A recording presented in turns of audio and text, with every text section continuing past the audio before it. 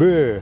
Nyt ollaan Kempoverin pihassa ja nyt ollaan selvittämässä, että mitä ihmettä tapahtuu, kun laitetaan tökkeli kiinni autoon. Ja nyt meillä on täällä Kempoverin ammattilainen kertomassa. Katsotaan ihan niin kuin alusta lähtien, että mitä tässä oikein tapahtuu.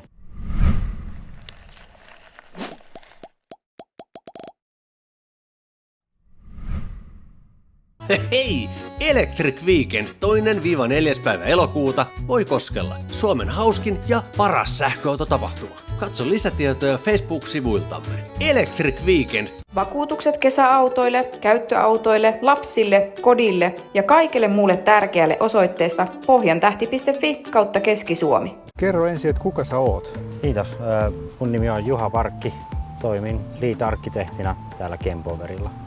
Ja tarkoittaa sitä, että mun vastuualueeseen kuuluu kaikenlainen softa, nämä konnektiviteetti näihin latureihin ja chargei, tämmöiset asiat. Ja tunnen aika hyvin nämä laturit, että olen sinne insinöörinä kirjoittanut softaa aikana. Okei.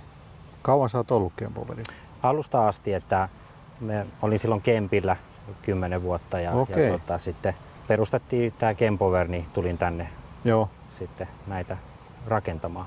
All right. Aloitetaanko lataus nyt heti, että mä saan akun täyteen ennen kuin mä lähden sitten täältä joskus pois. Niin nythän tietysti tästä jää se maksupuoli ehkä välistä, koska nyt ollaan siis Kempoverin tehtaan pihassa ja täällä on teillä tällainen testikenttä, niin se jää nyt pois tästä. Joo.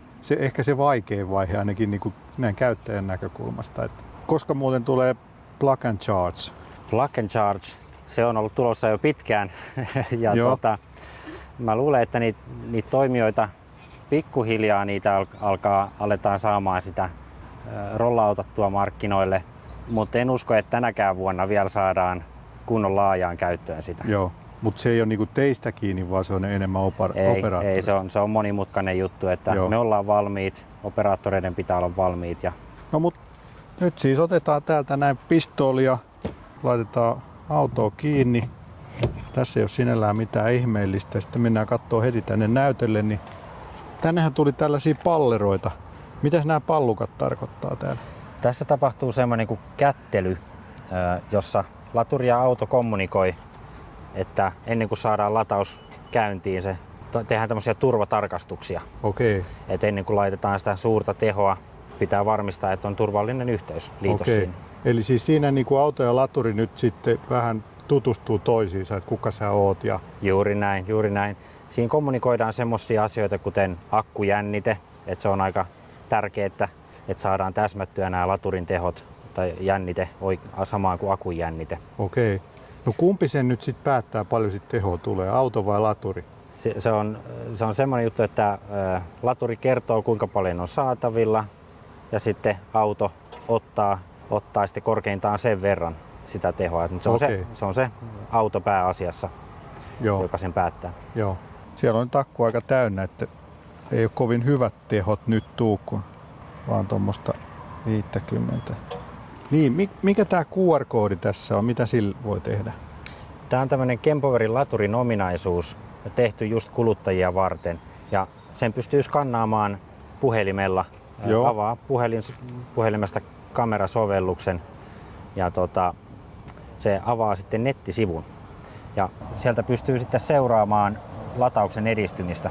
Et sillä välin kun olet kaupassa tai syömässä tai mitä tahansa muuta, niin näkyy samat tiedot, mitä tuossa laturin näytöllä näkyisi. Okei, tämä on kyllä hyvä. Täytyy sanoa, että joka kerta melkein itse käytän tätä, kun on Kempoverin laturilla käynyt. Se on suosittu ominaisuus, että vaikka monissa autoissa on kyllä tosi hyvät appit nykypäivänä, kaikissa sitten ei ehkä ole yhtä hyvät kuin parhaimmilla ja silloin tämä antaa laturin näkökulmasta samat tiedot. Joo. Ja sitten yleensäkin tämä latauskäyrä, niin eihän muilla ole kellään tällaista, että tämähän on tosi mahtava ominaisuus. Ainakin näin toimittajalle niin mielenkiintoista tietoa, että kuinka kukin auto lataa.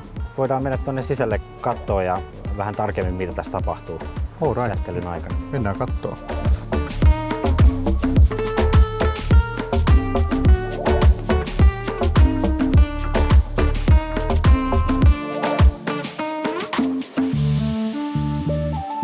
Eli meillä on nyt sitten täällä jotain tietokoneen ruudulla näkyvillä, niin mikä systeemi tämä oikein on? Joo, nämä kaikki Kempoverin laturit, ne on etävalvonnassa. Joo. Tämmöisessä systeemissä, jonka nimi on ChargeEye. Joo. Ja nyt meillä on tämä ChargeEyen valvontanäkymä auki tässä tietokoneella. Okei. Ja voidaan katsoa, mitä sieltä oikein näkyy. Tässä mulla on auki tiedot tästä Kempoverin tehtaalla olevasta latauskentästä. Mitä tässä näkyy, niin me nähdään muun muassa, että siellä on joku auto on lataamassa just tällä hetkellä. Onko se mun auto? Se on se sun auto, 91%. Sehän lukee Audi. Niin lukee. e-tron. Se tulee semmoisesta jutusta, että tämä järjestelmä osaa arvata aika hyvällä tarkkuudella, että mikä auto on kyseessä. Joo. Mutta tässä tilanteessa, kun nämä Volkswagenin MEPPI-alustaan perustuvat autot näkyy sähköisesti samanlaisina. Joo. Ja sen takia nyt sitten tässä näkyykin ruudulla, että kyllä se myös ajattelee, että se saattaisi olla ID-bus. Okei. Ja nyt me ei tiedetä, mikä se näistä on. Joo. Mitä me nähdään täältä? Me nähdään totta kai tämä tieto, että nyt siellä tapahtuu jotain, ladataan erilaisia tietoja. Ihan niin kuin laturin näytöltä nähdään, että kuinka paljon siellä on tehoa menee ja minkä takia esimerkiksi se ei sitten lataa ihan 300 kilowatilla. Joo. Vaikka ruudussa, satelliittiruudussa niin luki. Joo. Nähdään niin kuin tarkkojakin tehotietoja, miten latausteho kehittyy ja myös tämä ennustus nähdään täältä. Joo. Tämä käyttöliittymä on tarkoitettu tämmöisille supporttihenkilöille, ehkä asiakaspalvelussa. Monet meidän asiakkaat käyttää tätä työkalua call centereissä. Myös sitten me pystytään Kempoverina tarjoamaan, plus monet meidän huoltokumppanit pystyy tarjoamaan etätukea tätä kautta. Joo. Mä jotenkin odotin, että täällä olisi sellainen koodiviidakko vaan, mistä ei kukaan saa selvää, mutta tämähän näyttää ihan niin kuin tällaiset normaalilta. Kyllä sitäkin löytyy. Voidaan näyttää kohta, että saadaan vielä vähän tarkempaa näkymää, mitä siellä tapahtuu. Nyt voidaan katsoa, että mitä tässä tapahtui tässä latauksen alussa, kun laitettiin kaapeli kiinni. Ja me voidaan nähdä, mitä siellä tapahtuu auton ja laturin välillä. Joo. Mä pautan täältä auki oikeat näkymät. Diagnostiikka. Tämä auto sekä tuo laturi, ne on tietokoneita. Joo. Niissä on molemmissa autossa on tämmöinen latauskontrolleri nimellä kulkeva tietokone. Se puhuu sitten tälle laturille ihan tämmöisiä tavallisia webistäkin tuttuja protokollia, IP-protokollaa ja datapaketteja siellä menee. Ja ne menee nyt sitten tämän kaapelin kautta. Joo. Ja täällä on nyt sitten muutakin kuin voimasähköä, että täällä on 5 karvaa tämmöistä valkoista. Joo, eli tässä meillä on yksi tämmöinen kaapeli, mikä on kiinni tuossa satelliitissa. Tämä on aika painavaa tekoa, että ei ihan helposti jaksa nostaakaan tätä paljon koko. Tässä on maksimiteho tämän? Tämä on nyt aika isotehosta. Tällä päästään sinne 500 amperiin, hetkellisesti ehkä jopa 600 amperiin asti. Joo. Eli ja 200 kilowattia ja enemmänkin. Että me ostetaan nämä eri firmoilta. Tämä on nyt Brückin valmistama pää. Ja jos katsoo, mitä niin kuin täällä oikeastaan on tässä kaapelissa, niin tässä on muutama pinni näkyy, ei kovin monta. Tässä alhaalla tästä tulee suuri teho. Tässä on tämä on yhteydessä suoraan akkuun se laturi näiden pinnien kautta. Sitten tässä on pari muuta tähän kommunikointiin ja turvallisuuteen liittyvää pinniä. Muun muassa suojamaa löytyy keskeltä. Ja tämä onkin itse asiassa se kohta, mikä saa ensimmäisenä kontaktia auton ja laturin välille. Se maadottaa auton korin, ettei tule ainakaan sähköiskua, jos olisi jotain muuta pielessä. Joo. Ja sitten on kommunikointiin liittyviä pinnejä. Että täällä kulkee tämmöistä tavallista Ethernet-liikennettä näiden pinnien kautta. Mutta nyt täällä on näitä voimasähköjohtojakin tässä kaapelissa on kuitenkin 4 ja tuolla on 2 liitintä vaan tai pinniä, niin mites tämän selität? No ensinnäkin tässähän just nimenomaan kulkee se suuri virta.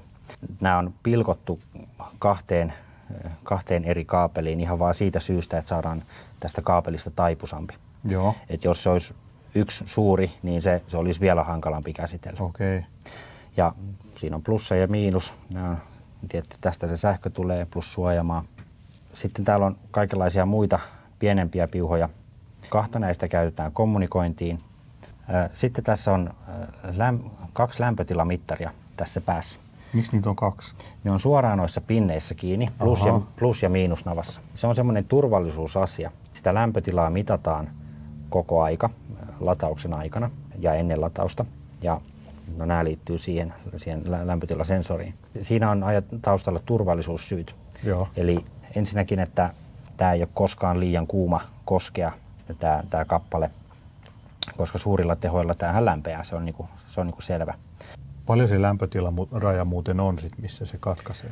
Tämä ulkokuori saa lämmetä noin 60 asteeseen maksimissaan. Joo. Meillä on logiikkaa, että jos tämä lämpötila kasvaa liian suureksi näissä pinneissä, niin sitä virtaa lasketaan. Joo.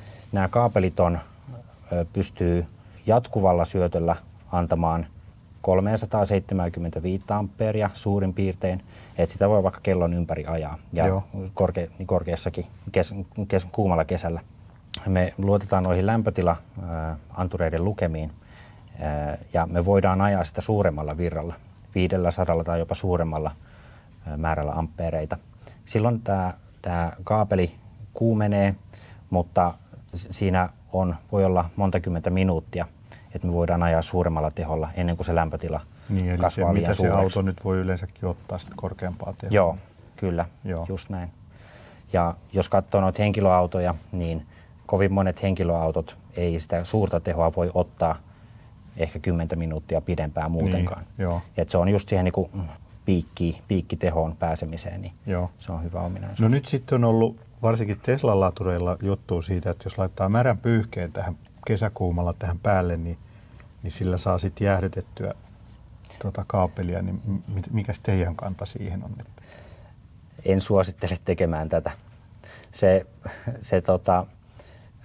huijaa näitä lämpötila-antureita, eli silloinhan just siinä mittauksen kohdalla se lämpötila saadaan laskemaan, mutta ajatuksena on mitata tämän koko kaapelin lämpötilaa. Ja nyt tämä kaapelin lämpötilahan on kuitenkin aika saman lämpötilainen kuin täällä näin on se oletus. Mutta nyt jos tätä lasketaan tuolla lailla, niin se on oikeasti turvallisuusasia, että voi niinku pahimmassa tapauksessa sulaa sitten kaapelit. Eli sitten pitäisi jäähdyttää koko kaapeli sitten pyyhkeellä. Niin. Sitten semmoinen juttu vielä, että nämä on tosi tärkeitä, just nämä lämpötilamittaukset, kun tämä on turvallisuusasia. Et esimerkiksi jos joku laturi on vaikka ilmoittaa, että sitä ei voi käyttää, se on huoltotilassa tai se on niin kuin pois käytöstä punaisena jossain appissa vaikka, niin syynä saattaa olla joku tämmöinenkin asia, että mittauskarva on katkennut, koska silloin ei voida turvallisesti operoida tätä. Okei. Mutta muita antureita täällä ei sinällä ole kuin ne lämpötila-anturit? Ei ole. Sitten tässä on yksi pinni näistä on varattu siihen, että auto tietää, että kaapeli on kiinni. Vaikka tämä laturi olisi sähkötön, ei mitään kulkisi, niin yksi pinni kertoo kuitenkin sille autolle, että nyt on kaapeli kiinni ja auto ei lähde ajamaan. Ei voi vahingossa jättää kiinni. Mutta täällä ei ole siis mitään muuta älyä, että täällä on vaan ne lämpötila-anturit, että täällä ei ole mitään elektroniikkaa sinällään. Juuri näin, ei ole mitään semmoista. Sitten näitä kaapeleitakin on siis eri paksuisia. Kyllä. Että se sitten ilmeisesti siihen virran määrään vaikuttaa. Joo, se virran määrä tulee nimenomaan siitä, että mikä on tämän kuparin poikkipinta-ala. Jos on suurempi kaapeli, saa enemmän virtaa, mutta sitten siinä on myös huonoja puolia. Ensinnäkin se on paljon kalliimpaa, nämä kaapelit on kalliita ja myöskin kun ne on niin painavia käsitellä sitten. Onneksi näissä Kempowerin satelliiteissa on tämä jousisysteemi, joka kannattelee sitä painoa ja se auttaa siinä. Sen on kyllä huomannut sitten, kun on välillä joutunut käymään jossain muuallakin, niin se on aika painavaa tällaisissa 200 kilowatin latureissa, niin se kaapeli. Sitten näistä on vielä olemassa nestejäähdytettyjä versioita. Miten se sitten toimii? Onko täällä niinku jäähdytysletku sitten täällä sisällä vai? Joo, se samalla tavalla sinänsä, että samat kaapelit on, mutta kupari ei tarvitse olla niin paksua. Joo. Ja tässä tulee on mukana se jäähdytyskaapeli, jossa sitten kulkee jäähdytettyä nestettä ja se vie sitä pois lämpöä. Joo. Oliko jossain jopa sellainen, että siellä kaapelin sisällä menee se jäähdytys? Se taitaa olla niissä Teslan uusimmissa. Okei.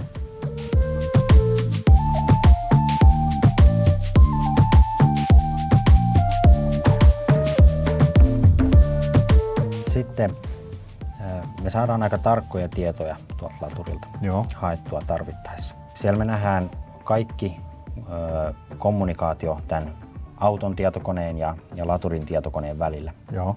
Siellä on semmoinen dataprotokolla. Sen avulla me nähdään, että tätä käytetään vain tämmöisissä diagnostiikkatarkoituksiin. Nähdään tosi tarkasti, että mitä siellä on oikein tapahtunut ja jos vaikka kättely ei ole onnistunut, niin nähdään, että no miksi se ei ole onnistunut, mikä siellä on vikana. Avataanpas tästä ruudulle vähän tietoja. Tässä on tämmöinen näkymä, missä me nähdään muun muassa tietoa, että mitä ajoneuvo on kommunikoinut ja mitä laturi on kommunikoinut. Eli tämä on niin kuin aina se viesti tässä. Joo. Ja tämä on nyt niin kuin auton puoli ja sitten toi on se laturin puoli. Juuri näin. Et esimerkiksi tämähän vaatii tiettyä tietotaitoa ja kukaan ei osaa tätä syntyessään. Tässä esimerkiksi me huomataan, että auto on kiinni jännitteestä, tämmöinen control pilot-signaali. Ja laturi on heti valmis kertoa, että okei, nyt mä oon valmis lataamaan ja autokin menee lataustilaan. Mutta tässä vaiheessa tämä tapahtuu myös muuten AC-latauksessa. Tätä kutsutaan tämmöiseksi low-level-kommunikaatioksi. Mutta pikalatauksessa on tässä tiedon siirrossa on suurempi merkitys ja se on pakollista, että auto ottaa yhteyttä laturiin, kysyy, että pääsenkö lataamaan. Erilaisia viestejä täällä välitellään. Muun muassa laturi voi kertoa, että tarjoan DC-latausta. Joo. Ja täällä onkin itse asiassa paljon, mitä laturi voi tarjota kaikkea muuta, muun muassa internetyhteyttä. No, meinasin just kysyä, että kyllä. Saako jopa YouTubea sieltä.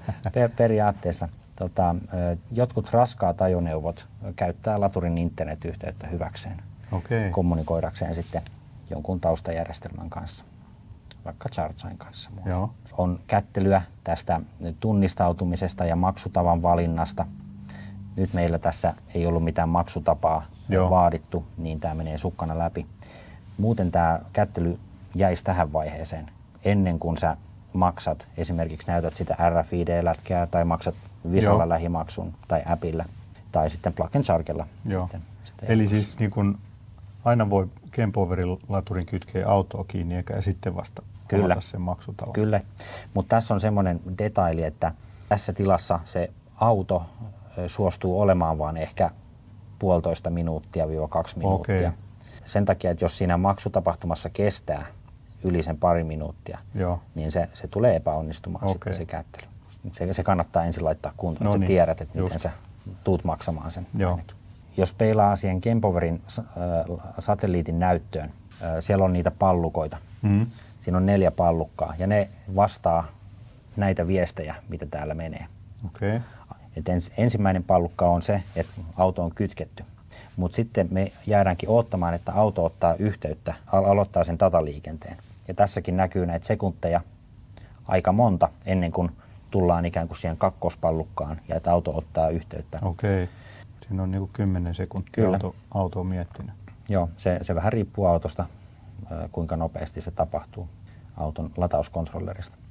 Sitten kun on tehty maksu tai tunnistauduttu, niin tämä onkin tärkeä viesti. Me nähdään muun muassa, että auto kertoo, mikä on sen akkuprosentti.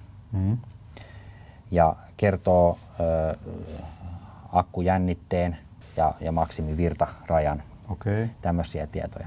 Ja laturi sitten sen hyväksyy. Ja näkeekö tuosta nyt myöskin, että onko se akku kunnossa? Sitä tästä ei näy suoranaisesti näistä. Nämä viestit, kättely on aika lailla pelkästään sen latauksen turvallisuuden ja latauksen mahdollistamista.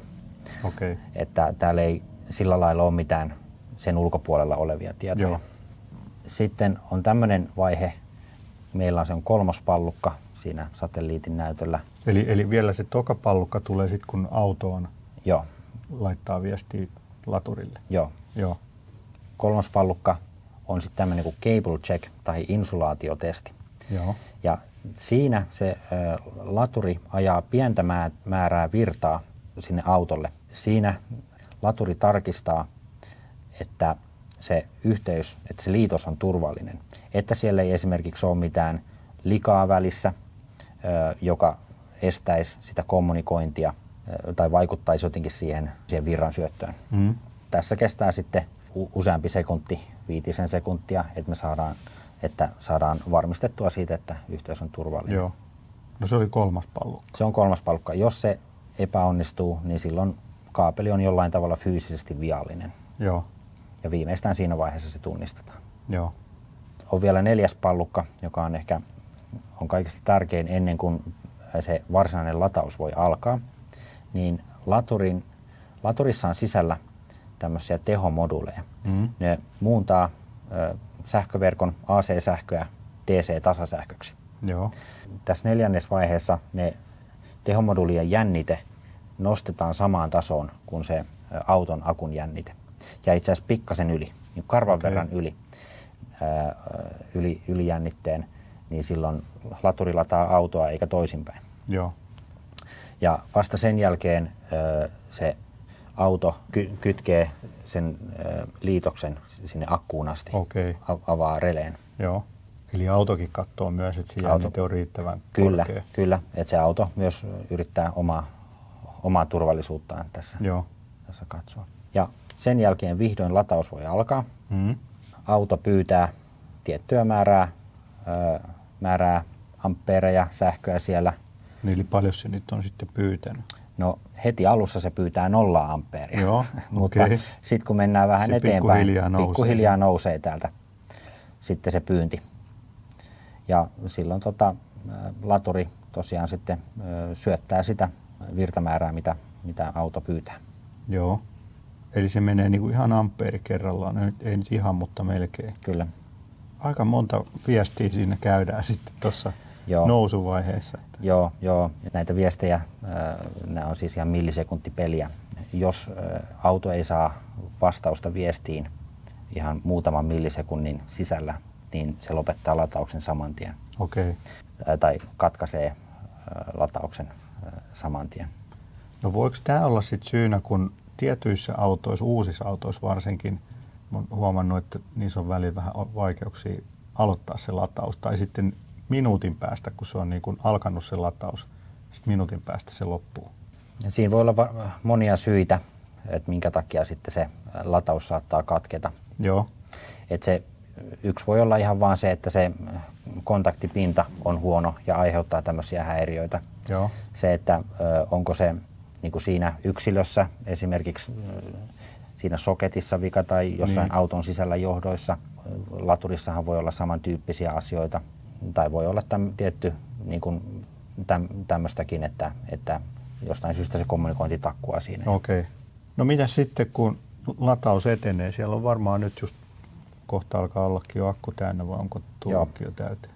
Täältä nähdään, että lataus meni täyteen siellä ja vielä nähdään, että auto halusi lopettaa latauksen nyt, kun oli 100%. Joo. Auto on vielä kiinni siellä laturissa. Joo. Miten niitä viestejä menee siinä vaiheessa, kun ollaan tavallaan saavutettu se maksimitaso, sitten se alkaa pikkuhiljaa laskea, niin sitten auto taas kertoo, että vähän vähemmän ampeereja, kiitos. Joo, sillä tavalla se näkyy ihan tästä teho- ja virtakäyrästä. Siinä me nähdään, että auto haluaa vähemmän ja vähemmän. Tämähän nyt johtuu vaan siitä akkukemiasta ja miten siis tämä auton akkukontrolleri sitten suojelee sitä akkuansa. Joo. No mitä sitten siinä lopussa tapahtuu, jos tässä oli nyt tämä lataus, niin sitten kun painetaan joko autosta stoppia tai sitten siitä laturista stop-nappulaa tai appista suljetaan se. Niin... Kyllä joo, sitten kumpi tahansa osapuoli voi pyytää sitä latauksen lopetusta. Joo. Mutta se on sitten niinku vähän selkeämpi tai yksinkertaisempi. Kyllä. Siinä tehdään vielä itse asiassa semmoinen tarkistus siinä latauksen lopussa. Joo. Sitä sanotaan welding detectioniksi. Eli ettei ne ole hitsaantunut kiinni nimenomaan. No mut hei, kiitos paljon tästä tietopaketista. Nyt ollaan aika paljon viisaampia, että mitä siinä sitten tapahtuu, kun se tökkeli laitetaan kiinni sinne. Aika paljon siellä tapahtuu. Onko tämä muuten tämä datasiirto, kun tässä oli nyt vaan 2 niin kuin näitä datalle näitä pinnejä, niin siis onko tämä jotain CAN-väylätietoa vai miten se on? Se on Ethernet-pohjasta. Okay. Eli tämä on itse asiassa sama tekniikka kuin koteihin saa semmoisen sähköverkon kautta kulkevan Ethernetin. Saat vaikka yläkerrasta alakertaan netin. Joo. Tämä on niin kuin sama tekniikka siellä taustalla. Joo. No mut hei, kiitos paljon tästä tietoiskusta ja mennään sitten irrottaa auto laturista ja jatketaan seuraavassa numerossa sitten näitä Charge Eye-juttuja. Katsotaan vielä vähän tarkemmin, että mitä sieltä taustajärjestelmistä näkyy. Kiitos. Käykää tilaamassa kanava ja käykää kommentoimassa, mitä tykkäsitte ja me palataan seuraavalla videolla. Bye bye!